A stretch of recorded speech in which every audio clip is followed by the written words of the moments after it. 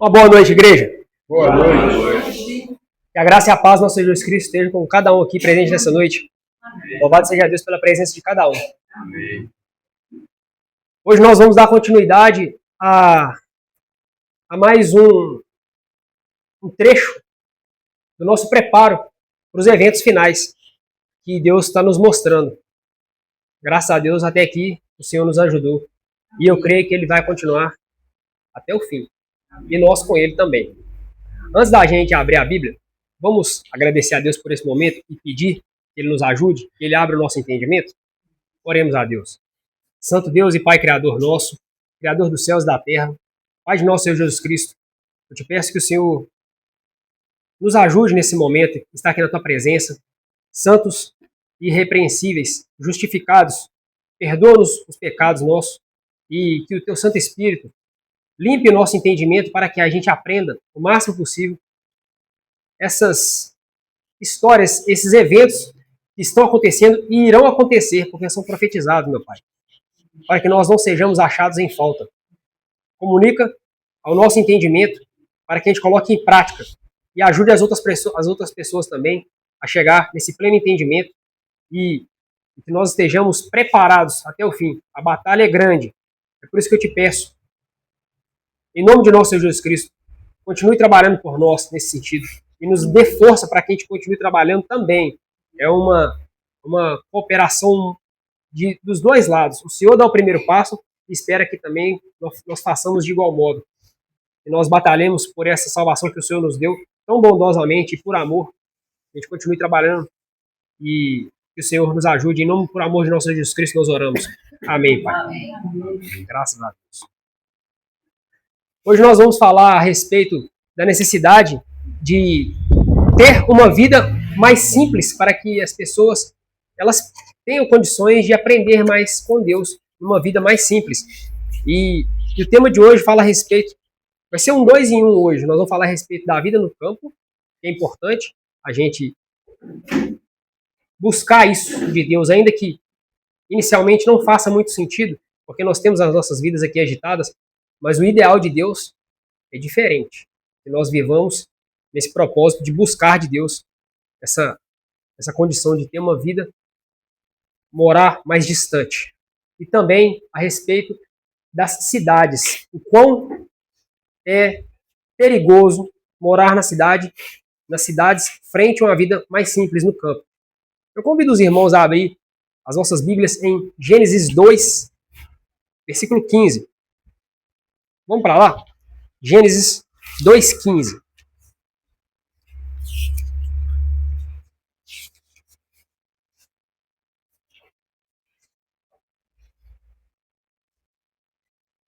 Comecinho da Bíblia, nós vamos ver qual que é o planejamento e o ideal de Deus. Essa versão que eu estou usando diz assim: o Senhor Deus colocou o homem no jardim do Éden para cuidar dele e cultivá-lo. Esse jardim que está se referindo aqui é o jardim do Éden. Deus ele fez o homem nessa ordem. Se você for ler a Bíblia aqui, você vai ver que ele fez o jardim depois, para que o homem tivesse aqui uma ocupação. Ele tivesse uma ocupação de trabalhar. Mas não era um trabalho do jeito que é hoje. Que o homem tem que buscar o suor do seu rosto. Não é esse trabalho. Era um momento de aproveitar a presença de Deus também nesse sentido. E eu fico procurando alcançar pela fé o quão bonito deveria ser esse jardim. Devia ser uma coisa maravilhosa. Tudo sem... Não tinha fruta com bicho, não tinha nada, não tinha do jeito que a gente vê hoje, não. Era maravilhoso. Então o ideal de Deus é que a gente busque essa condição de ter essa vida mais simples, para que a gente tenha a condição de ter mais conexão com Ele, o mais próximo possível. Então, esse ambiente que Ele proporcionou para o homem, e posteriormente Ele tirou uma ajudadora do lado, é para que eles tivessem uma condição de tirar o seu sustento, de procurar manejar a terra ali de uma maneira sustentável, uma ocupação humana, de alta responsabilidade, porque foi Deus que instituiu isso, e isso, infelizmente, ele foi se perdendo com o tempo por causa do pecado. A gente vê como é que está hoje em dia essa situação, né? Deus havia criado para Adão e Eva um local para que eles ficassem felizes. E esse jardim, a gente lê na Bíblia, a gente sabe que é o jardim do Éden. Então, a gente vê que posteriormente Houve um homem que pisou nessa terra aqui, o qual entregou a sua vida por nós. Nós estamos falando de Jesus Cristo. Ele viveu uma vida simples. Ele não viveu naquela agitação toda ali. Vamos abrir a Bíblia? Quem está aí com João 7,15? Alguém pegou isso aí para ler? Nós vamos para lá e nós vamos ler aí, ver como é que era a vida de Jesus. Se era uma vida agitada, que ele foi criado, para poder ter conexão com Deus. Como é que era isso? João 7, versículo 15. Vamos esperar todo mundo achar aí. João 7,15. O pessoal que é mais rápido de endereço aí, vai rapidinho. Vamos lá. Então os judeus se maravilharam, dizia, como sabe essas letras sem ter estudado? Na opinião dos judeus, eles falaram assim: como pode esse homem saber as sagradas letras não tendo ele estudado? Na opinião deles. Mas eles estavam lá com Jesus quando ele, desde pequenininho, quando ele estava sendo ensinado. Se soubessem disso, não teria falado isso. Olha só. Jesus, ele foi ensinado pela mãe dele, num ambiente simples. A hora de estudo era junto à mãe, com o pergaminho das escrituras. O pergaminho ficava aberto. E era um ambiente tranquilo no amanhecer, no entardecer da área verde do vale. E essa comunhão era com Deus possível. Você imagina se isso seria possível nos dias de hoje? Uma mãe procurar ensinar o filho nessa agitação de trânsito, correria, cobrança daqui e dali, frente a uma vida mais simples. A absorção de conhecimento é diferenciada, irmãos. Você vê que estava ali. Aonde que Jesus aprendeu isso? Ele estava aprendendo da própria mãe. Ele estava aprendendo. Maria foi uma mulher escolhida por Deus para estar ali ensinando para ele. A gente consegue ver isso. E não só por isso. Pelo ambiente estava ali também, ele cercado, né? Como uma criança nova, do jeito que estava ali, criança conversando abertamente ali, com os doutores ali, quando ele se perdeu ali, ele se perdeu, né? Os pais se perderam de Jesus, né? Ele estava conversando abertamente ali com os doutores. E eles ficavam assim, como é que pode uma criança dessa conversar com a gente desse dia? Aonde que ele está aprendendo isso? Então, de onde que veio tanta sabedoria, né? É um aprendizado diferenciado a nível de construção de acúmulo de informações e também a abordagem que ele fazia. Às vezes fazia umas perguntas que falam assim, como é que pode uma criança dessa fazer isso? Só que não foi isso. Ele crescia e desenvolvia ao longo da vida. Não é isso? Então, ele viveu uma vida mais simples. Por que vai pensar que Nazaré era um local como as grandes agitações dos grandes aglomerados que tinha, como Jerusalém? Não era. Não era, irmãos. Então, a gente tem que procurar viver essa condição, né? Buscar de Deus isso aí. Como fez Enoque, também devemos trabalhar nas cidades, mas não morar nelas. O Enoque foi um homem que andou com Deus nada mais, nada menos do que 300 anos.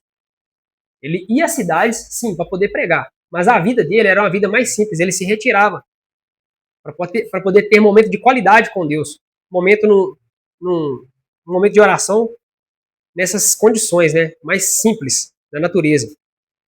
Vamos lembrar de outro caso aqui também? Estava ali Ló e Abraão. Em algum momento, eles tiveram de se separar, porque os pastores deles não estavam se entendendo muito bem. Só que Ló ele procurou uma condição, aparentemente, aos olhos humanos, melhor do que Abraão. E aí ele decidiu ir para um aglomerado de uma cidade mais agitada. Ló poderia ter preservado de muitos males a família, se não houvesse estabelecido seu lar naquela cidade pecaminosa e contaminada.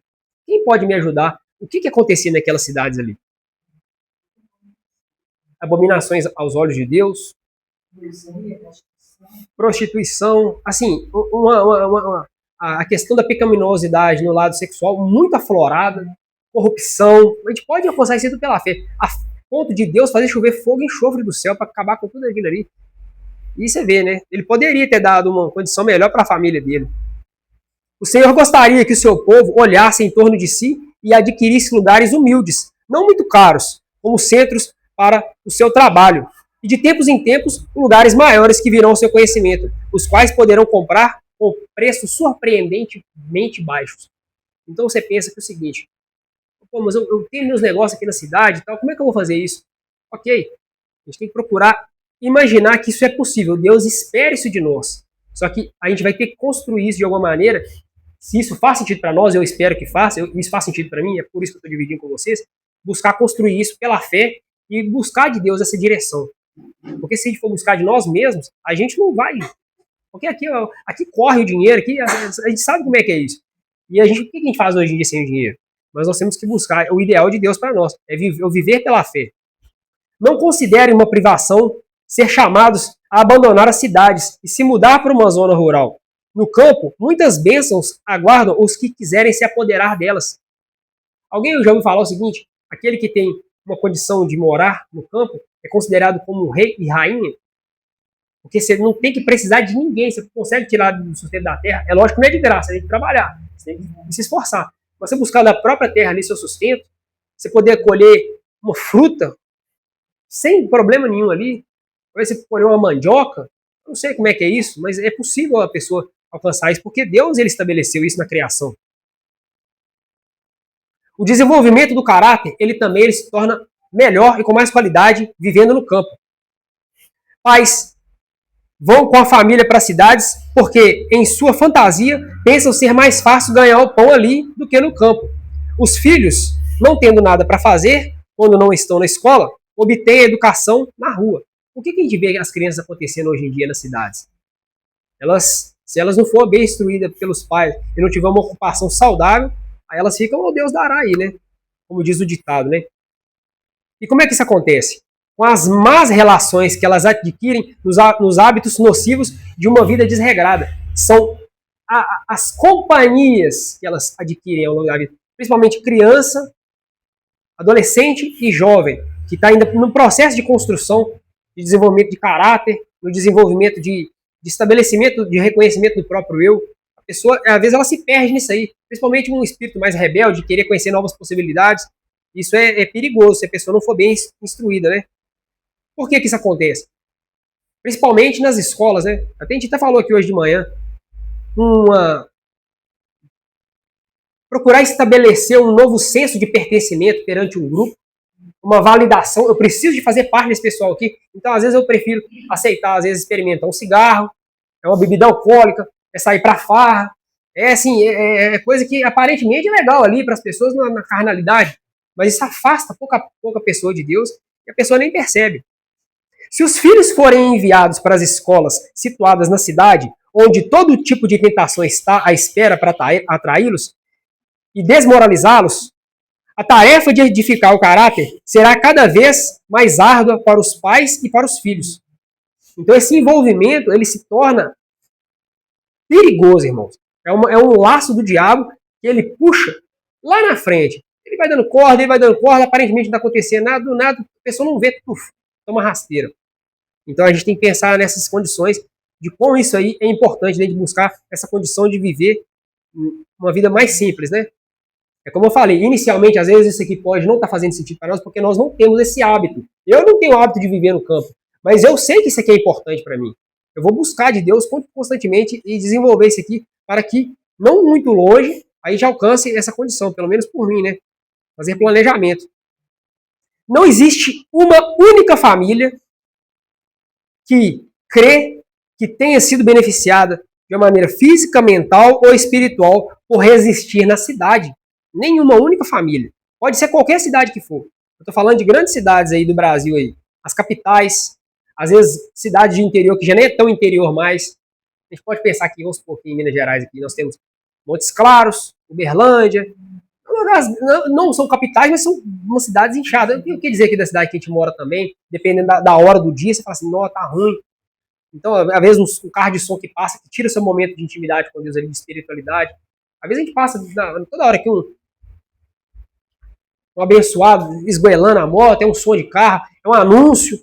Então fala assim, como é que eu vou ter um momento de qualidade melhor ainda? Você pode ter certeza. Não é na cidade. Melhor ainda, não é na cidade. Às vezes um vizinho que tem um cachorro que late, não para. É horroroso. Então, quer dizer, nós temos que buscar essa condição de qualidade. Para que nós tenhamos fé, esperança, amor e felicidade, é necessário ser alcançado por lugares mais afastados, onde haja campos e montanhas e árvores. Por que será que nas cidades a gente vê, às vezes entra na casa da pessoa, uma tentativa de buscar isso, o campo para dentro de casa? Casas que têm flores, às vezes uma cascatinha de água ali para a pessoa escutar, para ter um pouco de paz, às vezes um passarinho, às vezes por perto ali cantando. É uma tentativa de tentar aproximar o máximo possível do natural, mas ainda assim não é o ideal. O ideal mesmo é respirar um ar mais puro e a gente buscar essa qualidade que não é só para poder cumprir o propósito de Deus, é questão de obediência, questão de ter prazer nisso aí. Não só fazer por fazer, obedecer, mas qual é o sentido de obedecer? Porque Deus mandou ou porque eu tenho prazer de estar com Ele? Então isso é importante. Alguém separou, eu separei para alguém ler aí, Mateus 6, 26 até 30. Quem está com isso aí? Vamos para lá? Mateus 6, 26 até 30. Vamos esperar todo mundo achar e vamos ler lá. Mateus 6, 26 até o versículo de número 30. Faz parte do Sermão do Monte. É uma parte do que Jesus falou aí. Vamos ver o que ele está falando aí. Mateus 6, 26 a 30. Observai as aves do céu, não semeiam, não colhem, nem ajuntam em celeiros. Contudo, vosso Pai Celeste a sustenta. Porventura, não valeis vós muito mais do que as aves? Qual de vós, por ansioso que esteja, pode acrescentar um côvado ao curso da sua vida? E por que andais ansiosos quanto ao vestuário? Considerai como crescem os lírios do campo. Eles não trabalham, nem fiam. Eu, contudo, vos afirmo que nem Salomão, em toda a sua glória, se vestiu como qualquer deles. Ora, se Deus veste assim a erva do campo, que hoje existe e amanhã lançado ao forno, quanto mais a vós outros, homens de pequena fé. Jesus, não existiu um homem que pisou nessa terra que tivesse a capacidade de transmitir conhecimento para cada um, com aprendizado do jeito que foi as pessoas aprendiam, de assimilar a informação, do jeito que Jesus fez, por comparação, por parábolas. E ele fez isso aqui de uma maneira intencional. Ele usou a linguagem de uma pessoa que sabia o que era ali, uma linguagem de alguém que vivia no campo. Ele usou a comparação das aves, dos lírios. Uma linguagem mais simples, irmãos. Porque a pessoa ela tem a mente voltada para o natural, para o simples. Ele não colocou aqui alguma coisa muito bem elaborada. Ele usou palavras simples para poder ensinar. Olha para você ver que maravilha, né? Então toda vez que a pessoa ouvir isso aqui, ela fala assim, o ideal de Deus é o mais simples, é o natural. É lógico que tem algo a mais aqui, para a pessoa não viver preocupada com essas coisas da vida. Mas é um duplo ensinamento, tem muita coisa envolvida aqui. Então essa condição de buscar o natural de Deus também, ele passa por isso, pelo que Jesus falou, ele validou isso. Isso aqui são palavras dele. Né? Para muitos que residem nas cidades, sem ter um cantinho de relva verde em que pisar, que olham ano após ano para os pátios imundos, becos estreitos, paredes e pavimentos de tijolo e céus nublados de poeira e fumaça, se pudessem ser levados a uma região agrícola, cercada de campinas verdes, matas e colinas e riachos, céu limpo e ar fresco, e ar puro do campo, isso lhes pareceria quase um paraíso. Você pega essa pessoa e fala assim, você está vivendo isso aqui, né? Vão viver aqui um dia, nessa condição aqui. Ó. A pessoa, ela vai fazer uma introspecção, um pensamento tão profundo, ela vai mergulhar para dentro de si mesma em pensamento e falar assim, o que eu estou fazendo aqui? Olha o que eu estou perdendo.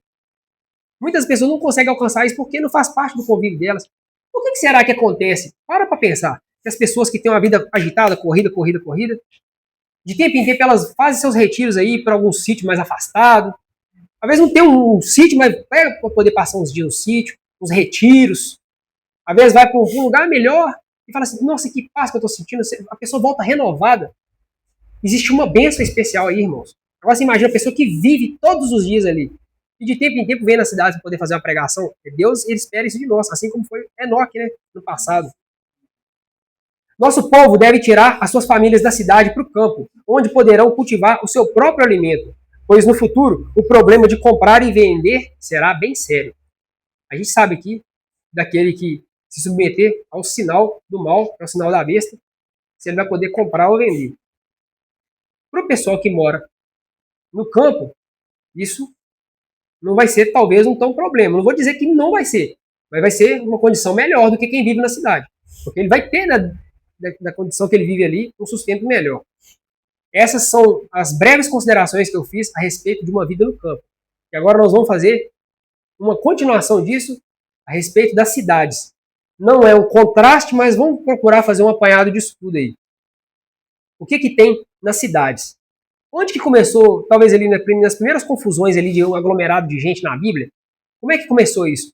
Pessoas que se rebelaram contra Deus. Deus, ele estabeleceu isso, mas eu não quero isso, eu quero isso. Eu quero coisa diferente. Gênesis 11. Quem está aí com Gênesis 11, versículo 2 até o versículo 4. Vamos todo mundo para lá? Gênesis 11, versículo 2 até o versículo 4. Pode ler, por gentileza. E aconteceu que, partindo eles do Oriente, acharam um vale na terra de Sinar e habitaram ali. E disseram uns aos outros: Eia, façamos tijolos e queimamo-los bem. E foi-lhes o tijolo por pedra e o betume por cal. E disseram: Eia, edifiquemos nós uma cidade e uma torre cujo cume toque nos céus, e façamo-nos um nome, para que não sejamos espalhados sobre a face de toda a terra. Esse finalzinho dessa mensagem aí, vamos construir uma torre, é uma construção vertical. Deus, ele estabeleceu uma condição para as pessoas viverem um pouco mais afastadas, com um espaço para as crianças correr, para as crianças brincar, para a pessoa ter qualidade de vida, liberdade, privacidade. Mas nós quiseram construir para cima, vertical, uma torre. E o finalzinho da fala deles é o seguinte: olha só. Assim o nosso nome será famoso, e nós não seremos espalhados pela face da terra. O que Deus falou na criação? Encher a terra. Oi? Crescer e multiplicar, mas é para poder espalhar. Para que as pessoas tivessem condições de ter esse momento de liberdade com ele e um momento de privacidade com ele também. Mas aqui está diferente. Eu não quero isso que Deus estabeleceu. Eu quero isso aqui. Nós vamos ser famosos, nós vamos crescer para cima. Para de alcançar uma torre que chega até o céu. Tá certo que teve aquela condição também ali do dilúvio, que eles ficaram traumatizados. Aquilo foi assustador. Foi o maior juízo que, na minha maneira de ver, estudando a Bíblia, que teve na terra. Isso aqui só não vai ser superior à volta de Jesus, que isso aqui tudo vai ser consumido. Mas isso aqui foi um evento de alcance mundial, irmãos. O tal do dilúvio. Isso aqui foi juízo. 8 pessoas na terra inteira se salvaram. Eles ficaram com aquela condição ali, assim, não, se chover de novo, estou deduzindo, pelo menos as águas não vai chegar na gente, nosso nome vai ser famoso. Que rebeldia, né? Não foi isso que Deus estabeleceu. Isso aqui é rebelar contra Deus. Deus fala uma coisa, aí a gente fala assim: eu não quero, eu quero fazer do meu jeito. Né? E é ruim, né, essa condição de se rebelar contra Deus, porque Deus, ele dá chance, mas chega uma hora que ele exerce o juízo, porque ele é justo. As cidades do nosso tempo tornam-se depressa como Sodoma e Gomorra. Os muitos feriados levam à ociosidade. O que é ociosidade? A pessoa ficar à toa, não fazer nada. Fazendo feriado, custou me passar, não fiz nada. Fiquei em casa, fui pra rua. Às vezes tem gente que aproveita, faz umas viagens, né? Quem tem condição melhor. Mas quem fica aí na cidade aí? Aí tem carreta furacão que passa. Os meninos. Aí, ó. É isso aí que a gente tem. É horroroso. E quem tá ali dentro tá levando ali, ó. Você pode ter certeza que ali, às vezes, tem uma avó, tem mãe, tem tio, e tem uns meninos pequenos que tá aprendendo aquilo ali. Tá vendo igual eu tô segurando o menino ali, ó. Tem um menino no colo que tá ali escutando, funk, umas músicas indecentes, inapropriadas. Mas tá ali no meio, né? É legal. E assim, é horroroso, irmão. Isso aí afasta a pessoa de Deus. Não foi isso que Deus estabeleceu isso aí, não. Essa condição, não estou demonizando carreta furacão nem nada, não. Mas quantas outras coisas que a gente não tem? São muitas coisas. Uma fechada que você tomou no trânsito, né? Condição é horroroso, irmãos. Então, assim, a gente acaba perdendo o nosso momento de crescimento espiritual nisso aí também, né? O que mais que a gente tem na cidade? Eu até falei aqui da última vez. O teatro e das suas diversas formas. Temos aí as novelas, as cenas indecentes que a gente vê aí, até nos próprios teatros. Eu acho que teatro é só brincadeirinha, que é a mãozinha que o pessoal põe lá de fantoche, brincadeira, não. Tem coisa que é pior. Tem teatro que é mais para adulto mesmo, cena de pessoas do mesmo sexo se beijando. Assim, horroroso. É uma depravação, é uma coisa abominável, irmão. E a pessoa vê aquilo ali, acostuma e acha que é normal. Ah, não é problema, deixa ir pra lá. Não tem nada a ver com isso. Uai, que é isso, irmão? Isso aí pra mim é escândalo. Não é legal isso. E o que mais que nós temos na cidade? Jogos, bebidas alcoólicas, banquete, orgia. Tudo isso é exercido ao máximo para poder estimular todos os desejos carnais. E você sabe quem está no meio disso tudo? Não são só pessoas mais adultas, mais com a mente já formada. Pessoal também da juventude. Pessoal que está aprendendo novas coisas, novos relacionamentos, pessoas diferentes. Às vezes o pessoal que sai da escola, vai para a faculdade. A juventude é arrastada como uma corrente popular para isso aí tudo. Só se vê o que é mal. Só se vê e ouve o que é mal. Ah, não, mas tem uma pessoa lá justa, íntegra na presença de Deus. Você pode ter certeza, eles vão massacrar e vai moer ele igual carne moída, vai acabar com eles. Vai moer. Vai ser difícil, irmão. É quase que impossível resistir a isso. Há tanto escárnio, tanta vergonha. Mas existem pessoas para poder fazer diferença nesse meio. É importante a gente saber que isso é perigoso. A gente que passou por isso aqui, a gente sabe como que são aí as escolas e as faculdades, né? Não são ambientes propícios para a gente poder ter relacionamento com Deus mesmo. Eu digo até pior, são ambientes hostis nesse sentido. O fim está perto e de cada dia mais se aproxima as cidades que serão transtornadas de todos os modos e haverá confusão em todas as cidades. O que nós temos visto ultimamente nas cidades? Eu não estou dizendo só dessa questão da carnalidade exacerbada em todos os sentidos, não. Nas cidades tem muito mais coisa acontecendo aí. É só você abrir o noticiário aí. O que aconteceu lá em Juiz de Fora esses dias? O bar, as enchentes, os terremotos. O que tem aí? Dos grandes incêndios, a represa que estoura. Oi? É droga. Secas severas. Um país igual o Brasil, que produz do jeito que produz, faz de uma maneira fértil, não é legal? Mas tem lugar que é seco ao extremo, irmão. Você vê só os ossinhos dos bichinhos lá, tudo morto, assim, não. Nem palma pra dar, às vezes, não acha. Uma palma seca pra dar, não acha. Poluição dos rios, da água que a gente bebe, do ar que se respira. Poluição visual. Você quer coisa pior do que sair pra uma cidade e ver que é tanto de pichação? Aqui tem que dar um mal-estar, meu estômago até embrulha, irmão. Poluição visual de anúncio, você quer ver um material bom, apreciar ali o material que você recebeu, mas você tem que obrigatoriamente ver anúncio, vai bombardeando a cabeça da gente, chega no final do dia e fala assim, não quer mais ver isso aqui. É horroroso, aquilo ali acaba com a gente, irmão. E drena consideravelmente as nossas forças. Drena a nossa força que poderia ser investida para poder ter comunhão com o próximo, com Deus. Ela fala assim, não, já estou esgotado, eu já não tenho força para mais nada. A nossa mente já está bombardeada. Essas luzes que tem nos dispositivos que tem tela, existe uma luz que incide no nosso cérebro que causa um dano muito ruim, que é uma luz azul. Ela tem dano nisso aí, existe um estudo publicado nisso aí. A gente não percebe, que fala assim, pô, vou diminuir o brilho aqui. Não é a mesma coisa, irmãos. Não é a mesma coisa. A poluição em todos os sentidos, né? O que dizer dos alimentos? Por mais que a gente procure viver uma vida mais saudável possível, você pode ter certeza. Antes era o agrotóxico. Sabe como é que chama hoje em dia? Defensivo agrícola. Os defensivos agrícolas estão agora nos alimentos, viu? Aí você... Ficou mais bonito. Entendeu? Romantizou. Então tem isso. Mas só que essa questão é para poder diminuir um pouco. Mas está ali também. Se não for o fato de você higienizar bem o seu alimento ali, Eu, sei lá, em casa eu lavo direitinho, procuro passar uma água com vinagre, mas ainda assim, irmãos, não é o natural de Deus. Não é o natural de Deus, tem que buscar o natural de Deus. Deus ele está retirando o seu espírito das cidades ímpias, as quais se tornaram como cidades do mundo antediluviano e como Sodoma e Gomorra.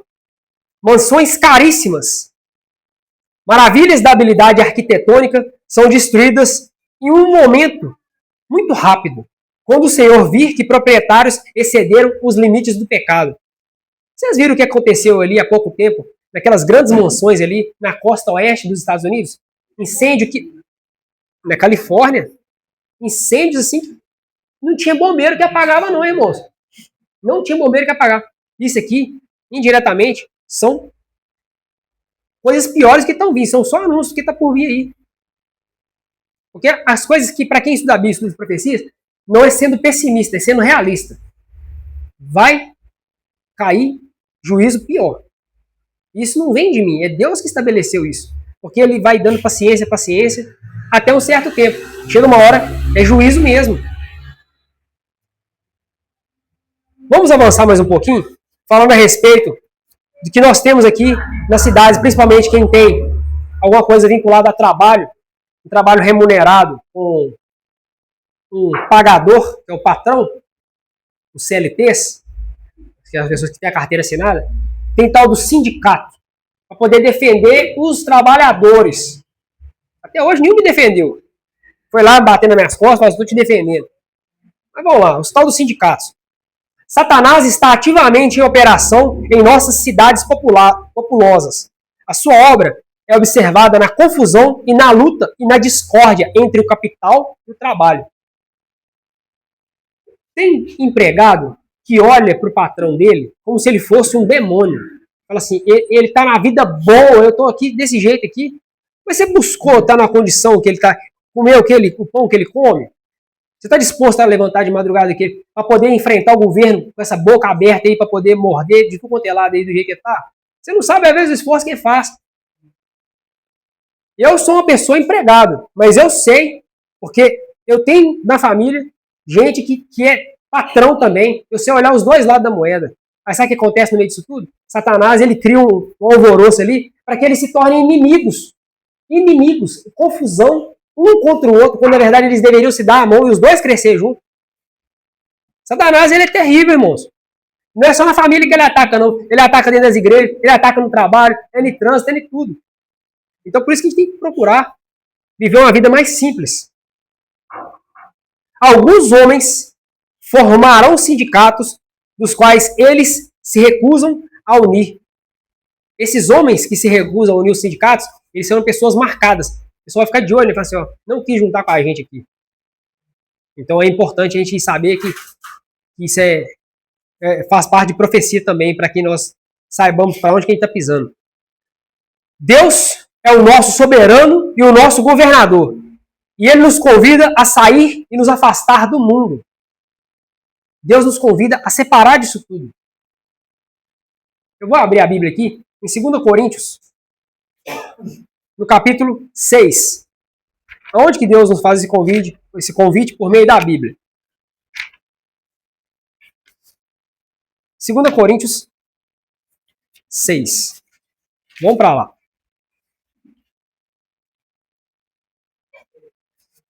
O versículo 14, nessa versão que eu estou usando aqui, versão internacional, pode ser que pegue um pouquinho diferente dessas traduções que vocês têm aí, mas eu vou ler devagar e procuro assimilar. Se precisar, eu faço uma releitura. 2 Coríntios 6, 14. Não se ponham em julgo desigual com os descrentes, pois o que tem em comum a justiça e a maldade, ou que comunhão pode ter a luz com as trevas? Olha só, se tem confusão, Deus não está ali. Você pode ter certeza. E o que a gente vê o sindicato acontecer ali, com essas reuniões? Não estou falando só de sindicato, estou falando de confusão de cidade. Deus não vai estar ali. Deus vai estar no lugar onde existe prosperidade, onde existe paz, entendimento, perdão.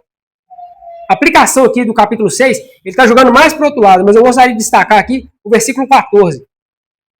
Não tem como ter comunhão com luz com trevas. E a parte A, ou seja, a primeira parte do versículo 17, diz assim: portanto, saiam do meio deles e se separem. Se tem confusão, sai fora, ó. Dá a linha, procura separar, mantém a amizade, mantém cumprimentar. Mas não mistura, não. Porque Deus não vai estar ali. Se tiver de voltar e cumprimentar a pessoa, você cumprimenta, mas não faça parte ali daquela confusão. Porque Deus ele não vai se agradar disso. Nós temos que imaginar que isso tudo é possível ser alcançado. Primeiro, entendendo o que Deus está falando com a gente, buscar em oração também, e buscar também desenvolver isso como um planejamento para que isso dê certo. É por isso que eu falo que nós devemos fazer planos para abandonar as cidades. Não é de uma hora para outra, assim, não, é realmente aquela mensagem que você falou, Tiago, é importante mesmo. Eu já tenho dinheiro guardado, eu vou fazer isso amanhã. Mas para quê, rapaz? Calma. Planeja primeiro. Procura ver os prós e os contras para onde você está indo. O vizinho de lá é legal? Lá tem água para você beber? O acesso é legal? A terra que você plantar vai dar? Como é que é isso tudo? Procura avaliar. Procura avaliar. Não é de uma hora para outra. Isso é um planejamento, é uma mudança de vida que a gente faz pouco a pouco. Você é para poder sair, você pensa a roupa que você vai colocar, você pensa antes, qual o meio de transporte que você vai, que hora que você vai, você faz vários planejamentos para poder mudar de vida. Se que a pessoa vai mudar, não é de qualquer jeito, tem que pensar em planejar. As cidades e vilas estão mergulhadas no pecado da corrupção moral. Entretanto, existem lós em cada Sodoma.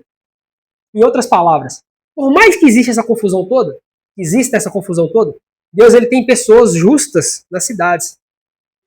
E que essas pessoas elas ouvirão a voz do seu pastor. E que procurarão viver o ideal de Deus nesse sentido. Vamos abrir a Bíblia no livro de Lucas 14, e nós já estamos indo para o final. Lucas 14, versículo 28 até 30.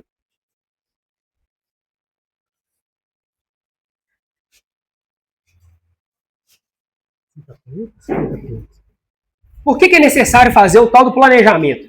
Eu que vou ler. Por que é necessário fazer um planejamento? Porque é bíblico. Nós temos que pensar que nós temos que andar por esse trilho, porque é bíblico.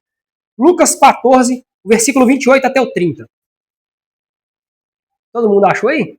Olha o que está dizendo aqui. Ó.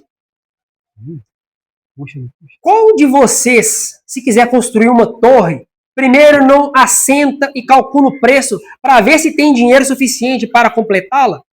Pois, se lançar o alicerce e não for capaz de terminá-la, todos os que virem rirão dele e dirão: este homem começou a construir e não foi capaz de completar a construção. Pega mais ou menos com a tradução que vocês têm aí. É gente zombando, fala assim, ó, começou a construir ali, agora não tem dinheiro para completar, não. É o que a gente mais escuta aí falar.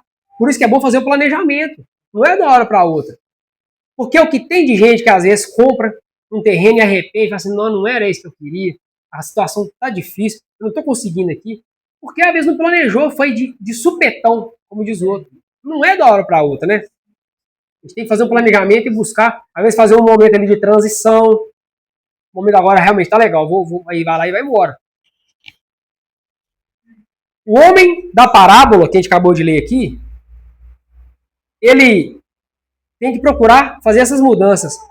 Mas nenhuma mudança deve ser feita que tal passo, tudo que ele implica, seja cuidadosamente considerado. Cada detalhe, esse aqui é isso aqui, esse aqui. Para quem tem o cônjuge, procura conversar com o cônjuge, quem tem a família. É uma situação de se livrar dos perigos e buscar uma vida melhor, na presença de Deus. Nada se faça de maneira desordenada, para que não haja uma grande perda ou sacrifício de propriedade. Para que uma vitória seja ganha e não se transforme em uma derrota. Você lembra que eu acabei de falar aqui? A pessoa ela procura fazer, não deu tão certo e volta, às vezes volta humilhada, às vezes sobre o olhar de desconfiança, fala assim, pô, mas é isso aí que você está seguindo? Aí, ó, não deu certo, né? Então é bom a gente pensar que é Deus que estabeleceu isso, né? O Tiago Rangel que está falando, não. É Deus que estabeleceu isso. Mas eu não vou fazer de qualquer jeito, eu tenho que buscar aprender, eu aceitei isso aqui para minha vida, ora, conversa com Deus aqui na Bíblia, procura conversar, Jesus falou isso aqui sensato, faça as considerações, aprofunde no assunto, que é o ideal de Deus. E para o tempo do fim haverá um sinal final. Para quem realmente não foi, não planejou, mas vai chegar uma hora que vai ter o sinal final mesmo, para poder sair, aí é na marra. Quem lembra do sinal que Jesus deu para os discípulos e os cristãos? Para que eles não fossem mortos na invasão de Jerusalém. Quem lembra dessa história aqui? Jerusalém foi destruída, mas ele deu o sinal.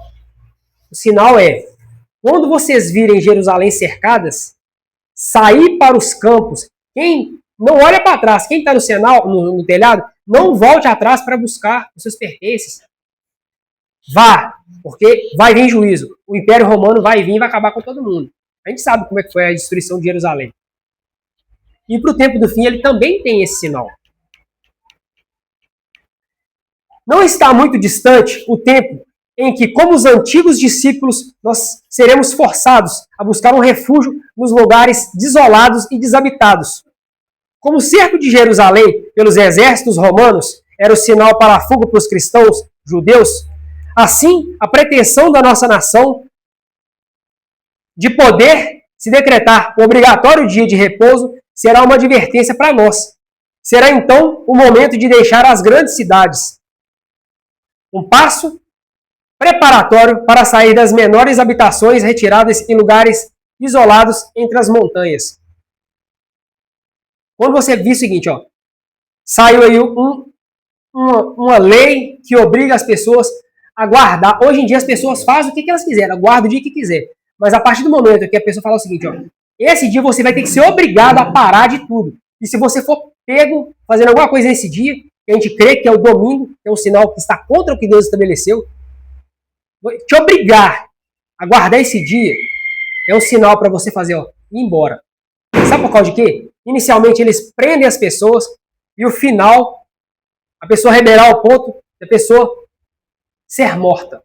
Por quê? Os juízes de Deus nesse momento eles vão começar a cair e vai falar o seguinte, ó, é esse pessoal aí que está desobedecendo o que o governo está falando, porque Deus estabeleceu aqui o domingo para nós guardar. Obrigar a você fazer o que é errado ali, ó. Você tem uma liberdade religiosa, uma liberdade de você expressar o que você quiser. Mas a partir do momento que esse direito é violado e a pessoa te obriga a fazer isso, é o sinal. Aí é obrigatório. Se você já não fez antes por bem, aí você vai ter que fazer obrigatoriamente. Não vou falar por mal não, porque se você quiser guardar a sua própria vida, isso aqui é profecia. E vai cumprir. Porque todas as profecias que cumpriram até aqui, elas mostram o caminho que nós estamos andando é correto. Mas você tem liberdade de escolha. A partir do momento que a pessoa te obriga a fazer isso aí, é o sinal que Deus está dando para nós. Saia das cidades, porque vai vir juízo e aí é coisa pior. A gente não vai querer perder a vida. Aí vai ter que buscar a vida nos refúgios, nos altos das montanhas, lugar mais afastado.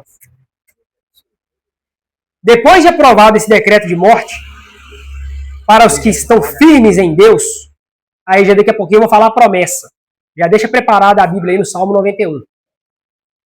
Depois de aprovado o decreto de morte, anjos de Deus protegerão os santos, aqueles que se prepararam, aqueles que tiveram prestando atenção nisso aqui, tudo que a gente está falando.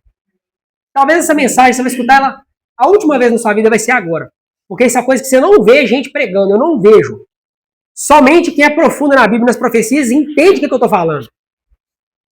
Faz um retrospecto aí na sua cabeça aí. Aonde que você vê alguém pregando isso aqui? Existe, mas é muito raro. A gente não escolheu isso aqui, não foi à toa não, irmãos. Isso aqui é preparo, é aprendizado para nós. Mas onde é que você está vendo alguém pregar isso aqui? Anjos de Deus protegem os santos. Embora um decreto geral tenha fixado um tempo em que os observadores dos mandamentos poderão ser mortos, ninguém pode passar pelos poderosos guardas posicionados em redor de toda pessoa fiel. Vocês já pensaram nisso? Deus ele tem anjos que protegem a gente? Poderosos guardas. Eles irão guardar os fiéis até o fim. Louvado seja Deus por isso. Alguns serão atacados ao fugir das cidades, mas as armas levantadas contra eles se quebram como palha. Outros são defendidos por anjos em forma de guerreiros. Você já parou para pensar nisso? Às vezes um anjo chegar a materializar. O que aconteceu ali com Abraão? Os visitantes que ele recebeu ali na casa dele. Eles pararam, eles comeram, eles materializaram, irmãos. O que é impossível para Deus? O sentido é salvar uma pessoa. Deus ele faz o possível e o impossível para poder salvar, mas a gente tem que ser fiel. E nós vamos entrar com o louvor aqui, mas eu gostaria que cada um fizesse essas considerações. Eu vou ler daqui a pouquinho aqui o Salmo 91, depois da hora do louvor, para a gente poder ler a promessa que Deus deu para nós aqui. Eu vou ler daqui a pouquinho aqui, tá bom? Já deixa separado aí. Mas vamos aprender isso aqui e procurar colocar em prática. Faz sentido para você? Para você que está na internet vendo esse material aí. Faz sentido para você também? Entrega a sua vida para Jesus. Procura aprender isso aqui, porque é bíblico. Nem que for uma única pessoa que vai se render a Jesus. Mas procura ver se aqui faz sentido para você. Para mim faz todo sentido.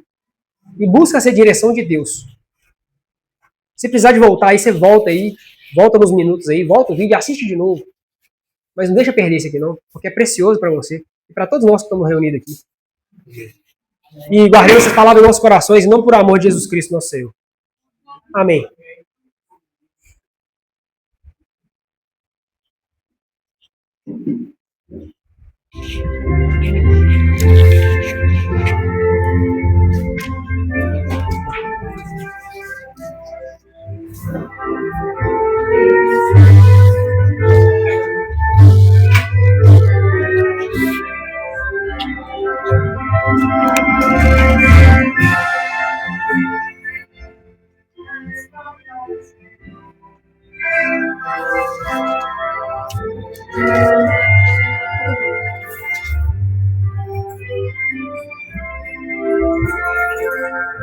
Aguardo o dia de emoção sem par, no qual terei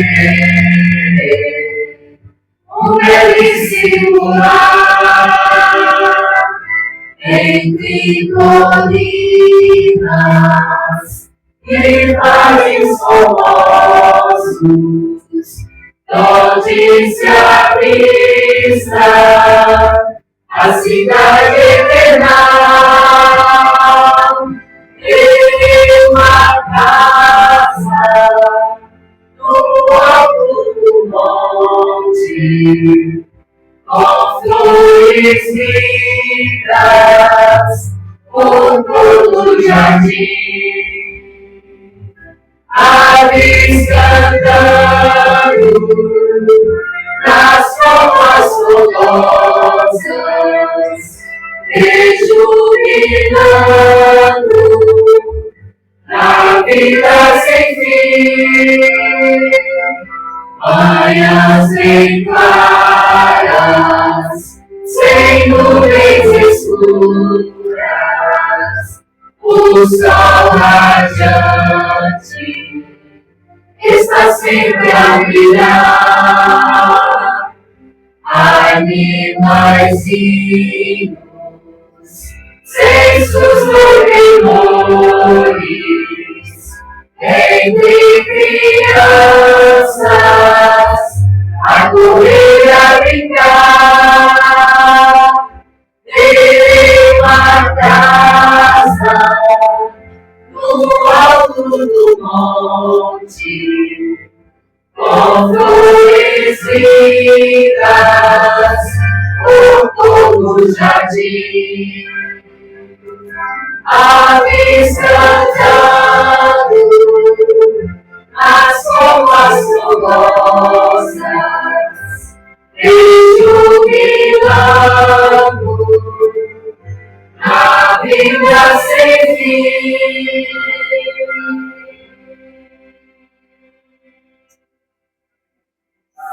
Amém. Graças a Deus. Vocês já deixaram a Bíblia posicionada aí no Salmo 91? Amém. Olha, você vê, anjos comissionados da parte de Deus, o que eles fazem por nós? Ó. E eu creio que todos nós cremos em Deus aqui e seremos justificados e perdoados e salvos por Jesus. Porque os seus anjos, versículo 11, Porque aos seus anjos ele dará ordens a seu respeito, para que o protejam de todos os seus caminhos. Com as suas mãos eles o segurarão, para que você não tropece em pedra nenhuma. Versículo 15, versículo 14. Porque ele me ama, e eu o resgatarei, eu o protegerei, pois conhece o meu nome. Versículo 15. Ele clamará a mim, e eu lhe darei resposta, e na adversidade estarei com ele. Vou livrá-lo e cobri-lo de honra. Vida longa lhe darei, e lhe mostrarei a minha salvação.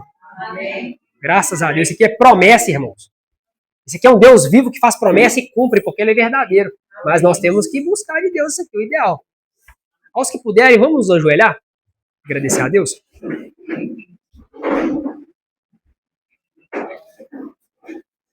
Maravilhoso Deus e Pai, Criador nosso.